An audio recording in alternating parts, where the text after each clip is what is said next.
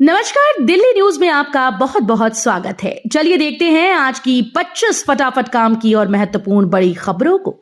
पर इससे पहले वीडियो को लाइक करना बिल्कुल न भूलें। दिल्ली में बदलेगा मौसम, बारिश के आसार। दिल्ली एनसीआर में मौसम एक बार फिर करवट लेने वाला है। मौसम विभाग के अनुसार 19 और 21 जनवरी की रात 2 पश्चिमी विक्षोभ सक्रिय होंगे, जिससे राजधानी में बूंदाबांदी और हल्की बारिश के आसार हैं। इस दौरान 20 से 30 किलोमीटर प्रति घंटे की रफ्तार से ठंडी हवाएं चलेंगी। आज सुबह के समय मध्यम से घने कोहरे को लेकर येलो अलर्ट जारी किया गया है। हालांकि शीतलहर से फिलहाल राहत है, लेकिन सर्द हवाओं के चलते ठंड बरकरार रहेगी। 23 जनवरी को बारिश की संभावना है, जबकि 24 जनवरी को भी बादल छाए रह सकते हैं। दिल्ली सरकार का बड़ा फैसला, 1.20 लाख आय वालों का बनेगा राशन कार्ड। दिल्ली सरकार ने खाद्य सुरक्षा को लेकर बड़ा फैसला लिया है। मुख्यमंत्री रेखा गुप्ता ने ऐलान किया है कि अब राजधानी में 1,20,000 रुपए सालाना आय वाले परिवारों का भी राशन कार्ड बनेगा। ये निर्णय कैबिनेट बैठक में लिया गया है। नए नियमों के तहत आय प्रमाण पत्र अनिवार्य होगा, जबकि 4 पहिया वाहन आयकर दाता, सरकारी नौकरी और ज्यादा बिजली कनेक्शन वाले परिवार अपात्र होंगे। जिला स्तरीय समितियां आवेदनों की जांच करेगी और प्राथमिकता तय करेगी। सरकार के अनुसार इस फैसले से 11 लाख से ज्यादा जरूरतमंद लोगों को खाद्य सुरक्षा का लाभ मिलेगा। दिल्ली फेज 4 मेट्रो के लिए सीएम रेखा गुप्ता ने 14,630 करोड़ रुपए जारी किए। दिल्ली के लोगों के लिए बड़ी खुशखबरी है। मुख्यमंत्री रेखा गुप्ता ने फेज 4 के शेष 3 कॉरिडोरों के लिए 14,630 करोड़ रुपए जारी किए हैं। नए 47 किलोमीटर लंबे मेट्रो नेटवर्क में लाजपत नगर से साकेत, इंद्रलोक से इंद्रप्रस्थ और रिठाला से कुर्ली तक लाइनें शामिल है। साथ ही आजादपुर, नई दिल्ली और लाजपत नगर को ट्रिपल इंटरचेंज स्टेशनों में विकसित किया जाएगा, जिससे यात्रियों को तेज, आरामदायक और भीड़ मुक्त सफर मिलेगा। इससे ट्रैफिक और प्रदूषण दोनों में कमी आएगी। दिल्ली में प्रदूषण बढ़ा, स्कूलों के लिए नया आदेश जारी। दिल्ली एनसीआर में बढ़ते वायु प्रदूषण के बीच स्कूलों के लिए नया आदेश जारी किया गया है। ग्रेड 4 लागू होने के बाद दिल्ली सरकार और वायु गुणवत्ता प्रबंधन आयोग ने 9वीं से 9वीं तक के और 11वीं कक्षा के छात्रों की पढ़ाई हाइब्रिड मोड में कराने के निर्देश दिए हैं। यानी स्कूल फिजिकल और ऑनलाइन दोनों विकल्पों के साथ कक्षाएं चला सकेंगे। छात्रों और अभिभावकों को ऑनलाइन पढ़ाई चुनने की छूट दी गई है। यह फैसला AQI के 428 तक पहुंचने के बाद बच्चों की सेहत को ध्यान में रखकर लिया गया है। आरकेपुरम में 100 करोड़ के विकास कार्य, सड़कों की मरम्मत और पार्कों का कायाकल्प। दिल्ली की मुख्यमंत्री रेखा गुप्ता ने आरकेपुरम विधानसभा क्षेत्र में 100 करोड़ रुपए की लागत से होने वाले विकास कार्यों का शुभारंभ किया। इन कार्यों में क्षेत्र की प्रमुख और आंतरिक सड़कों का निर्माण और मरम्मत, पुरानी चौपालों और समुदाय केंद्रों का नवीनीकरण, पार्कों का सुंदरकरण और ओपन जिम के उपकरण शामिल है। मुख्यमंत्री ने कहा कि झुग्गी बस्तियों में रहने वालों के लिए पक्के मकान, शौचालय, सड़क, नाली और खेल सुविधाएं उपलब्ध कराई जाएंगी। सरकार ने प्रत्येक विधानसभा क्षेत्र में 10 करोड़ रुपए के विकास कार्य सुनिश्चित किए हैं। गणतंत्र दिवस परेड में दर्शक QR कोड से सीधे पार्किंग पहुंच सकेंगे। गणतंत्र दिवस परेड देखने जाने वाले दर्शकों के लिए अब पार्किंग की चिंता खत्म हो गई है। रक्षा मंत्रालय के राष्ट्रीय पर्व पोर्टल पर हर दर्शक दीर्घा के सामने QR कोड उपलब्ध होगा। इसे गूगल लेंस से स्कैन करते ही गूगल मैप सीधे निर्धारित पार्किंग स्थल तक ले जाएगा। दिल्ली मेट्रो और प्रशासन ने भी मार्गदर्शन की सुविधा दी है। करीब 8,000 वाहन इस डिजिटल प्रणाली से आसानी से पहुंच सकेंगे। सुरक्षा के भूतपूर्व इंतजामों के बीच दर्शक सुरक्षित और सहज रूप से परेड का आनंद ले पाएंगे। दिल्ली में DTC बस हादसों का आंकड़ा चिंताजनक, 150 एक्सीडेंट दर्ज। दिल्ली में सड़क सुरक्षा को लेकर एक बार फिर चिंता बढ़ गई है। वर्ष 2024-25 में सरकारी DTC बसों से जुड़े करीब 150 सड़क हादसे दर्ज किए गए हैं, जिनमें 40 घातक रहे और 21 लोगों की जान चली गई। आंकड़ों के मुताबिक तेज रफ्तार, लेन अनुशासन की कमी, तकनीकी खराबी और ड्राइवरों की अपर्याप्त प्रशिक्षण को हादसों की बड़ी वजह माना गया है। विशेषज्ञों का कहना है कि भीड़भाड़ वाले इलाकों में बड़ी बसों के संचरण के लिए बेहतर लेन व्यवस्था और सख्त निगरानी जरूरी है, ताकि ऐसे हादसों पर लगाम लगाई जा सके। 11 महीनों में बदली दिल्ली की तस्वीर, सीएम रेखा गुप्ता ने गिनाई उपलब्धियां।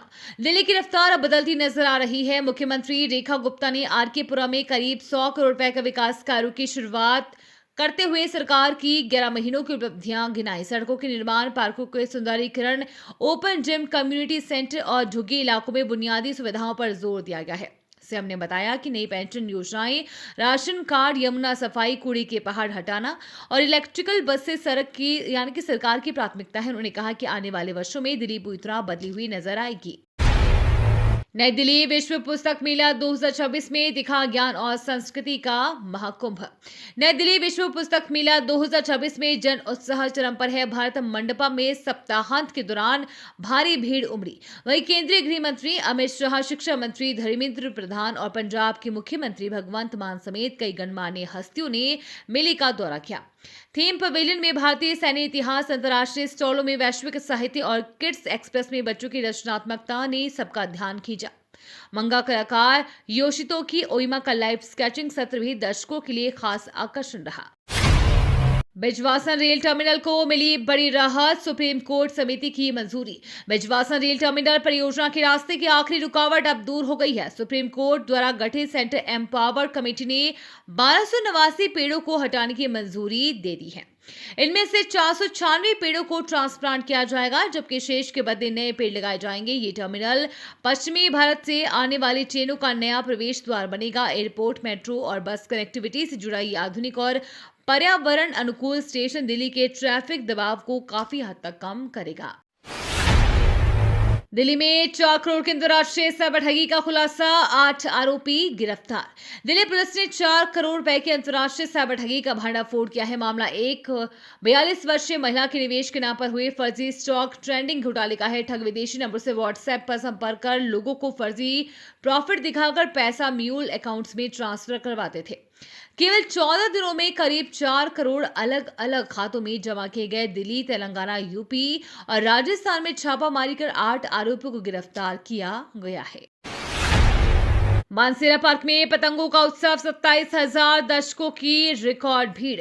दिल्ली के मानसेरा पार्क में आयोजित अंतर्राष्ट्रीय पतंगोत्सव इस साल नया रिकॉर्ड बना दिया है। दिल्ली विकास प्राधिकरण द्वारा आयोजित 3 दिवसीय आयोजन में करीब 27,000 दर्शकों ने हिस्सा लिया, जो पिछले वर्ष से 2 गुना है। विदेश विदेश से आए कलाकारों और पेशेवर पतंगबाजों ने आसमान को रंगीन पतंगों से सजा दिया। लोक नृत्य, संगीत और सांस्कृतिक प्रस्तुतियों ने समा बांध दिया। पतंगों के इतिहास पर लगी प्रदर्शनी, बच्चों के मनोरंजन कार्यक्रम और पारिवारिक माहौल ने इस उत्सव का खास बना दिया है। युद्ध का बदला स्वरूप, नागास्त्र और भार्गवास्त्र से बढ़ी भारत की ताकत। रक्षा मंत्री राजनाथ सिंह ने कहा कि युद्ध का स्वरूप तेजी से बदल रहा है और अब ये केवल सीमाओं तक सीमित नहीं रह गया है। ये उद्घाटन समारोह को संबोधित करते हुए उन्होंने कहा कि ऐसे में भारत को युद्ध स्तर पर तैयारी करनी होगी। रक्षा मंत्री ने स्वदेशी रक्षा क्षमताओं का जिक्र करते हुए नागास्त्र, ड्रोन, माइक्रो मिसाइल आधारित सिस्टम, भार्गवास्त्र और पिनाका रॉकेट सिस्टम को देश की बढ़ती सैन्य शक्ति का प्रतीक बताया। आखिरी तक लड़े कोहली, लेकिन सीरीज न्यूजीलैंड के नाम। न्यूजीलैंड ने भारत को तीसरे और आखिरी वनडे मुकाबले में 41 रन से हराकर सीरीज अपने नाम कर ली है। कीवी टीम ने पहले बल्लेबाजी करते हुए 338 रन का बड़ा लक्ष्य दिया। जवाब में भारतीय टीम 296 रन पर ऑल आउट हो गई। बाद की ओर से विराट कोहली ने शानदार 124 रन की पारी खेली, लेकिन टीम को जीत नहीं दिला सके। क्रिकेट इतिहास में यह पहली बार है जब न्यूजीलैंड ने भारत में आकर वनडे सीरीज जीती है। कीवी टीम ने 2-1 से सीरीज पर कब्जा जमाया। एमएमजी अस्पताल को जल्द मिलेगा कार्डियोलॉजिस्ट। गाजियाबाद के जिला एमएमजी अस्पताल में इलाज के लिए आने वाले हृदय रोगियों के लिए राहत की खबर है। लंबे समय से कार्डियोलॉजिस्ट की कमी से जूझ रहे अस्पताल अब जल्द विशेषज्ञ की तैनाती होगी। रविवार को अस्पताल निरीक्षण के दौरान उप मुख्यमंत्री ब्रिजेश पाठक ने मुख्य चिकित्सा अधिकारी को तत्काल कार्डियोलॉजिस्ट की भर्ती के निर्देश दिए। एमएमजी अस्पताल की ओपीडी में रोज करीब 50 से 100 हृदय रोगी पहुंचते हैं, जिन्हें अब तक दिल्ली रेफर करना पड़ता था। डिप्टी सीएम ने कहा कि सरकार का लक्ष्य हर मरीज को बेहतर और समय पर इलाज करवाना और उपलब्ध कराना है। विश्व पुस्तक मेले में जेन जी का दबदबा, डिजिटल के बजाय हार्ड कॉपी किताबों का चाव। राजधानी दिल्ली में प्रगति मैदान में आयोजित 53वें विश्व पुस्तक मेले में जनरेशन जेड की जबरदस्त भागीदारी देखी जा रही है।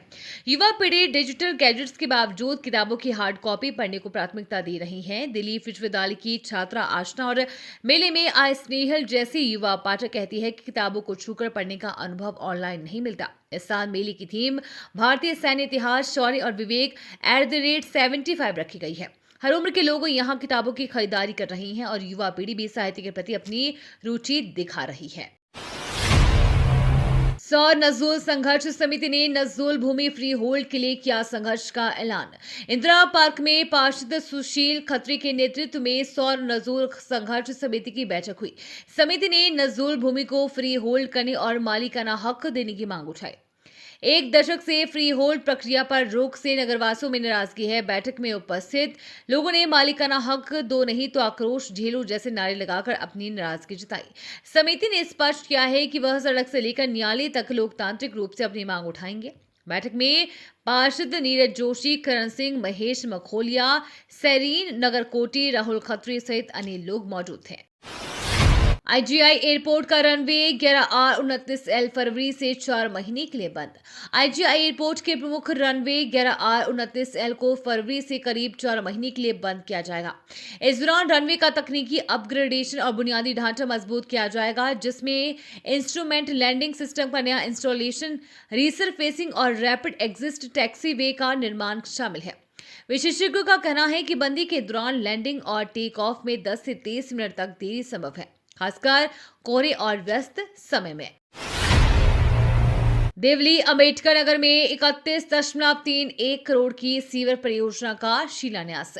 देवली और अंबेडकर नगर की 11 अनधिकृत कॉलोनियों में दिल्ली जल बोर्ड 31.31 करोड़ रुपए की सीवर परियोजना शुरू कर रहा है। इसका उद्देश्य घरेलू सीवेज को सीधे नालों में जाने से रोककर यमुना प्रदूषण को कम करना है। परियोजना के तहत लगभग 25 किलोमीटर लंबी भूमिगत सीवर लाइन बिछाई जाएगी, जिससे लगभग 3 लाख लोगों को सीधा लाभ मिलेगा। 9 महीनों में पूरा होने वाला इस कार्य से दिल्ली की स्वच्छता व्यवस्था मजबूत होगी। जल एवं पीडब्ल्यूडी मंत्री प्रवेश वर्मा ने शिलान्यास करते हुए कहा है कि यह कदम यमुना की सफाई और लोगों के स्वास्थ्य के लिए अहम साबित होगा। दिल्ली एम एक्ट का ऐतिहासिक आदेश, सड़क हादसे के पीड़ित को 1.62 करोड़ मुआवजा। दिल्ली के मोटर एक्सीडेंट क्लेम्स ट्रिब्यूनल ने जुलाई 2024 के एक सड़क हादसे में बड़ा फैसला सुनाया है। एम एक्ट ने 53% अस्थायी दिव्यांगता झेल रहे 21 वर्षीय युवक आर्यन राणा को 1.62 करोड़ रुपए से अधिक मुआवजा देने का आदेश दिया है। ट्रिब्यूनल ने माना कि हादसा बस चालक की तेज रफ्तार और लापरवाही के कारण हुआ। अदालत ने याचिकाकर्ता की कार्यात्मक दिव्यांगता 90% आंकी और बीमा कंपनी को पूरी राशि जमा करने के निर्देश दिए। किश्तवाड़ में जैश आतंकियों से मुठभेड़, 8 जवान घायल। जम्मू कश्मीर के किश्तवाड़ जिले के सुदूर जंगलों में आतंकवादियों और सुरक्षा बलों के बीच भीषण मुठभेड़ हुई है। जैश मोहम्मद से जुड़े 2 से 3 आतंकियों ने तलाशी अभियान के दौरान अंधाधुंध फायरिंग और ग्रेनेड फेंके, जिसमें सेना के 8 जवान घायल हो गए हैं। जवाबी कार्रवाई के बाद इलाके की घेराबंदी और सख्त कर दी गई है। व्हाइट नाइट कोर ने इसे ऑपरेशन त्राशी नाम दिया है। ड्रोन खोजी कुत्तों और अतिरिक्त बलों के साथ आतंकियों की तलाश जारी है। बीएमसी चुनाव के बाद सत्ता संघर्ष, मेयर पद पर फंसा सियासी पेच। मुंबई में बीएमसी चुनाव के नतीजों के बाद भी मेयर पद को लेकर सियासी पेच फंसा हुआ है। 227 वार्डों में से बीजेपी ने 89 सीटें जीतकर मेयर बनने की तैयारी कर ली है, जबकि शिवसेना की ओर 29 वार्ड मिले हैं। बहुमत के लिए 114 सीटों की जरूरत है। ऐसे में बीजेपी को शिवसेना के समर्थन की दरकार है। वहीं शिंदे गुट 2.5 साल के लिए अपना मेयर बनाने में अड़ी है। इसी खींचतान के बीच शिंदे ने अपने सभी पार्षदों को बांद्रा के एक होटल में शिफ्ट कर दिया है, जहां कड़ा पहरा लगा गया है।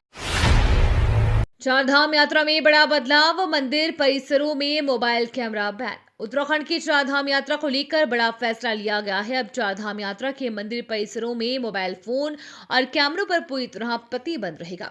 श्रद्धालुओं को दर्शन से पहले अपने मोबाइल और कैमरे निर्धारित काउंटर पर जमा कराने होंगे। प्रशासन के मुताबिक मंदिर परिसरों में रील और ब्लॉग बनाने के चलते भीड़ और अव्यवस्था बढ़ रही थी, जिससे अन्य श्रद्धालुओं को परेशानी हो रही थी। इसी को ध्यान में रखते हुए ये निर्णय लिया गया है ताकि दर्शन व्यवस्था सुचारू बनी रहे। ईरान में विरोध प्रदर्शनों में 5000 मौतों की पुष्टि, 500 सुरक्षा कर्मी शामिल। ईरान में हाल के विरोध प्रदर्शनों को लेकर एक बड़ा खुलासा सामने आया है। एक ईरानी सरकारी अधिकारी ने बताया कि अब तक कम से कम 5000 लोगों की मौत की पुष्टि की जा चुकी है। मृतकों में करीब 500 सुरक्षा कर्मी भी शामिल हैं। अधिकारी के मुताबिक इन मौतों के लिए आतंकवादी और हथियारबंद उपद्रवी जिम्मेदार हैं, जिन्होंने हिंसा के दौरान कई निर्दोष ईरानी नागरिकों की जान ले ली। दिल्ली की मुख्यमंत्री रेखा गुप्ता का दतिया दौरा, पीताम्बरा पीठ में पूजा अर्चना। दिल्ली की मुख्यमंत्री रेखा गुप्ता रविवार शाम दतिया पहुंची। उन्होंने प्रसिद्ध पीताम्बरा पीठ में दर्शन कर विधिवत पूजा अर्चना की और प्रदेश व देश के सुख समृद्धि की कामना की। इसके बाद मुख्यमंत्री वानखंडेश्वर महादेव मंदिर गई और भगवान शिव का अभिषेक किया। रेखा गुप्ता ने पूर्व गृह मंत्री डॉक्टर नरोत्तम मिश्रा के निवास माई कृपा में उनसे और उनके परिवार से मुलाकात की और रात्रि भोज किया। उनके आगमन पर कार्यकर्ताओं और श्रद्धालुओं ने पुष्प वर्षा का स्वागत किया। इसके बाद मुख्यमंत्री देर रात झांसी होकर दिल्ली के लिए प्रस्थान हुई। तो ये थी आज की बड़ी खबरें। रोजाना ऐसे ही सबसे पहले अपडेट पाने के लिए चैनल को सब्सक्राइब करना बिल्कुल न भूलें। धन्यवाद।